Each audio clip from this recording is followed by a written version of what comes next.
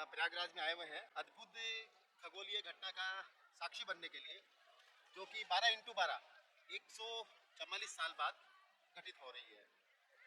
और हजारों साल पहले मंथन से जो अमृत के बूंदे यहाँ पर गिरी थी, और आज के समय में हम यदि अमृत की बूंदों का आकलन करें तो खगोलीय घटना के स्वरूप गुरु बृहस्पति के नेतृत्व में सारे ग्रह जो है वो अपनी ऊर्जा किरणों के माध्यम से हमको दे रहे हैं, और उन किरणों की चेतना में, उन किरणों के साक्ष्य में हम डुबकी लगाते हैं और एक विशेष अनुभूति का महसूस करते हैं, ऊर्जायमान होते हैं, उससे साक्षात्कार की भी करते हैं, उससे नजदीक भी जाते हैं।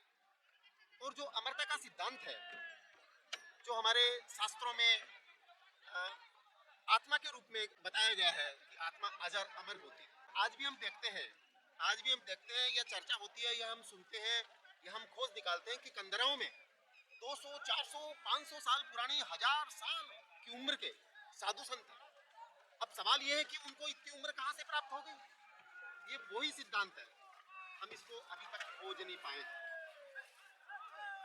और इसकी खोज और इसका शोध हमको ही करना है, क्योंकि ये अचंभित और आश्चर्यचकित करने वाली घटना।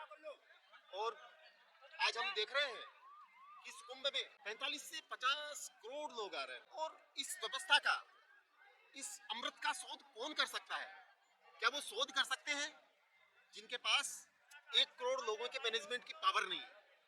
ये पावर केवल भारत के पास है। एक ऐसा समागम, एक ऐसा संगम जिसमें कि 45 करोड़ लोग इकट्ठा होते हैं, पूरा विश्व टकटकी लगाए हुए भारत को देख रहा है। ये भारत के शौर्य का प्रतीक है, भारत के बोध का प्रतीक है, भारत के ज्ञान का प्रतीक है, भारत के तत्व का प्रतीक है।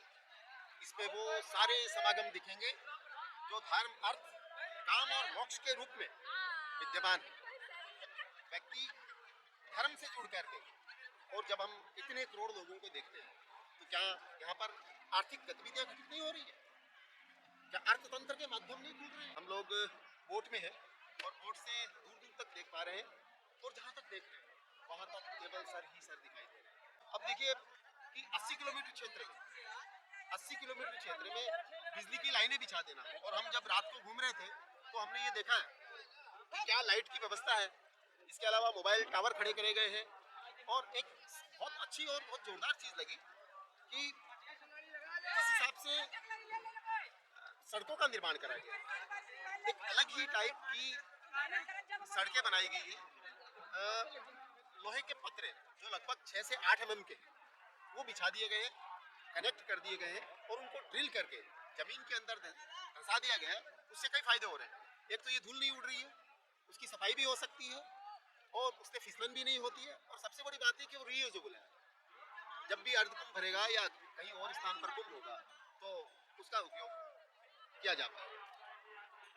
पानी जो गंगा, यमुना, सरस्वती के संगम का जो जल हम देख रहे हैं वो अति सुहावना, निर्मल और पवित्रतम, साफ सुथरा दिख रहा है, और जिसको भी देख रहे हैं वो काफी अभिभूत होकर के डुबकी लगा रहे हैं, और इस अमृतमय माहौल का, इस अमृतमय समय का साक्षी बन रहे हैं। और हमको इस बात को दृढ़ता से मानना चाहिए। खगोलीय घटना में जो उल्का पिंड उछल करके पृथ्वी की तरफ आते हैं, गुरु उन्हें आकर्षित करके अपने में समेट लेता है, और जब 12 साल के बाद में ये घटना होती है कि सूर्य मकर राशि में प्रवेश करता है, और कई सारे ग्रह जब एक लाइन में होते हैं तो उसका प्रभाव एक अलग ही किस्म का होता है।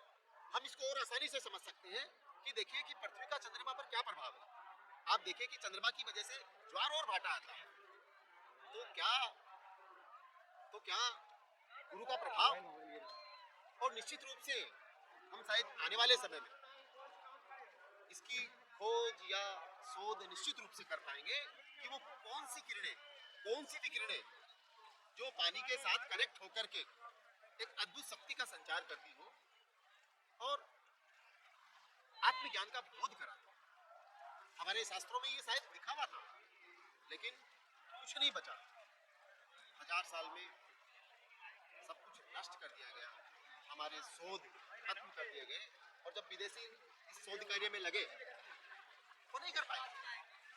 और आज हम देख रहे हैं 1000 साल के बाद कितना बड़ा आयोजन हो रहा है, और जितने भी यहाँ पर तीर्थयात्री आए हुए वो मन से, शरीर से, आत्म विभोर होकर के, भक्ति भाव से पूर्ण होकर के जो महसूस कर रहे हैं उसकी कल्पना की नहीं जा सकती। भव्य पंडाल बने हुए हैं, जगह जगह भंडारे चल रहे हैं, लोग इतनी श्रद्धा से और भाव भक्ति पूर्ण होकर के अपने अपने कार्य को, यदि कोई हर क्षेत्र में कोई अर्थ में सक्षम है तो वो भंडारे लगा रहा है। जगह जगह निःशुल्क चाय की व्यवस्था है, गर्म पानी की व्यवस्था है, और लगभग सुबह से रात तक मुफ्त भोजन, सुस्वादिष्ट ऐसी भंडारों की व्यवस्था चल रही है।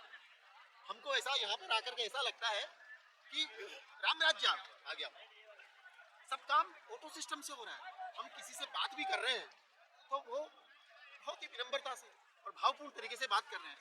हम कहीं आगे बढ़ रहे हैं तो हमको कोई चाय वाला बुला रहा है, हम कहीं आगे बढ़ रहे हैं तो प्रसाद के लिए बुला रहे हैं, कहीं भोजन के लिए बुला रहे हैं, और रहने की भी अच्छी व्यवस्था है।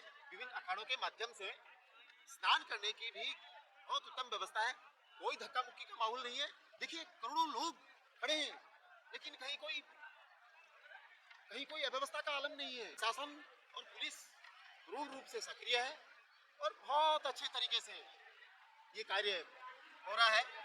और मैं पूरे देश को आह्वान करता हूँ, पूरे देश के लोगों को अपील करना चाहूँगा कि अभी भी समय है, आइए कुंभ में। बहुत बड़ा क्षेत्र है, यहाँ कोई असुविधा नहीं है।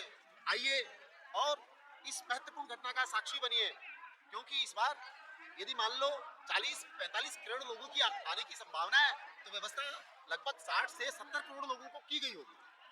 और हमको देख करके ऐसा ही लगता है, जब हम रोड पर भी चलते हैं तो ऐसा नहीं लगता कि कोई धक्का मुक्की हो रही है।